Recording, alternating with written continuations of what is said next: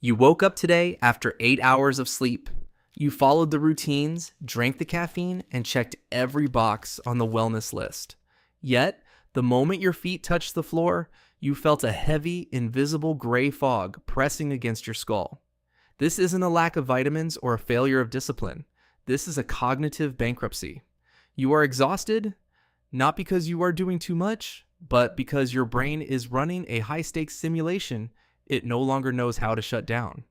While your body was resting, your mind was at war, auditing past mistakes, drafting future defenses, and scanning for threats that don't exist. You aren't lazy and you aren't broken. You are mentally overheated. Today, we deconstruct why your intelligence has become the very engine that is draining your battery, and why your brain refuses to give you permission to simply exist. At the center of your exhaustion sits the prefrontal cortex, the CEO of your brain. It's responsible for planning, logic, and self-reflection. In most people, this region powers down during rest, but in you, the CEO never leaves the office. Neuropsychology calls this hypervigilance.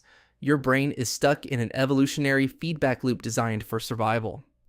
Thousands of years ago, this state kept your ancestors alive in a forest full of predators. Today, that same ancient mechanism is being triggered by the tone of a text message or the way a colleague looked at you during a meeting. Your brain processes social nuances as survival data. Every what-if scenario you run at 3 a.m. consumes as much glucose and oxygen as solving a complex physics equation. You are running a Ferrari engine in a traffic jam, wondering why the fuel light is always blinking. This pattern didn't start with your job or your adult responsibilities. It started when you were a child, in an environment where outcomes felt unpredictable. If you grew up in a household where moods shifted without warning, or where mistakes had disproportionate consequences, your young nervous system learned a brilliant but exhausting strategy: anticipation. You became an elite radar system, learning to read the microscopic shifts in a parent's voice, or the tension in a room before you could even read a book. You were trained to believe that if you could predict the storm, you could survive it. This isn't a defect, it's an elite survival adaptation. But now, the war is over, and you are still wearing the armor. Your brain is still scanning the horizon for a threat that left the building 20 years ago. There is a cruel irony in human psychology. The more intelligent and emotionally aware you are, the more data you have to process. This is the perception trap. While others walk through life oblivious to subtext, you notice the unspoken tension, the hidden meanings, and the subtle shifts in atmosphere. Your brain is a high-speed plot processor that refuses to filter out noise. You don't just hear words, you audit the intention behind them.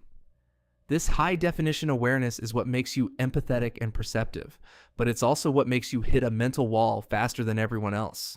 Processing a world this vivid without a filter is like trying to download a massive file with a flickering connection. The system never crashes, but it stays perpetually at 99%, burning energy on a task that has no resolution. Why does thinking feel like working? Because to your brain, it is.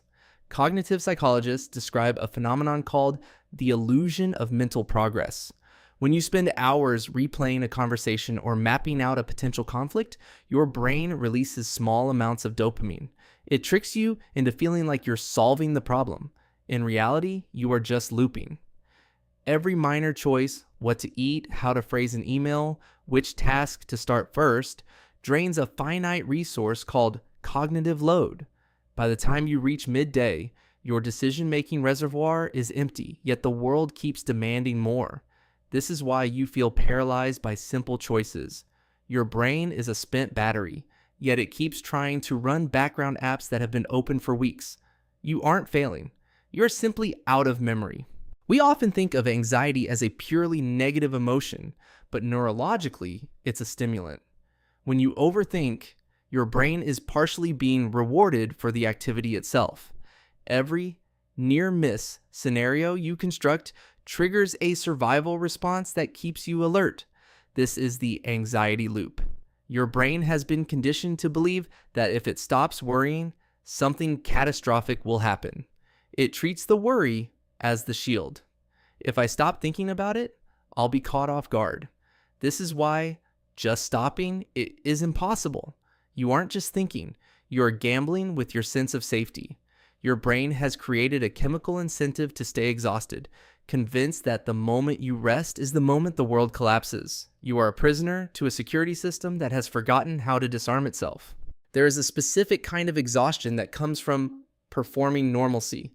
While others are simply present in a room, you are working. You are tracking the shifting energy of the group, ensuring no one is offended, managing your own facial expressions, and calculating the exact right moment to speak. This is invisible labor. To the outside world, you look like you're just sitting there. But internally, you are running a multi-layered operating system that consumes massive amounts of RAM. You aren't antisocial, you are just overtaxed. Your battery low warning doesn't come from the conversation itself, but from the relentless background processing required to navigate it safely. You are paying a high awareness tax that no one else even knows exists. The mind cannot think its way out of a fire it created with thoughts. If you try to solve your fatigue with more analysis, you only feed the machine. The breakthrough comes not from stopping the thoughts, but from changing your relationship to them. In psychology, we call this cognitive diffusion. It is the art of observing the fog without becoming the fog. Stop saying, "I am exhausted," and start saying, "I am noticing a sensation of exhaustion." Give yourself 1 millimeter of distance. The goal isn't to fix the thoughts. It's to realize that thoughts are just mental weather patterns. They don't require your intervention. You are the sky, not the storm. When you stop engaging with every simulation your brain generates, the energy starts to return. You finally give the CEO permission to leave the office. The quiet truth that modern society hates to admit is that the mind was never meant to be always on. You were not designed to be a 24/7 data processing center. You are a biological entity with a nervous system that was shaped by silence and slow cycles. You are not lazy for needing to go offline. You are not broken because your brain feels overheated. You are simply carrying the weight of an era that never sleeps with a mind that was never taught how to rest. Now that you see the mechanism, the childhood radar, the prefrontal prison, the dopamine trap, you have the power to disarm it.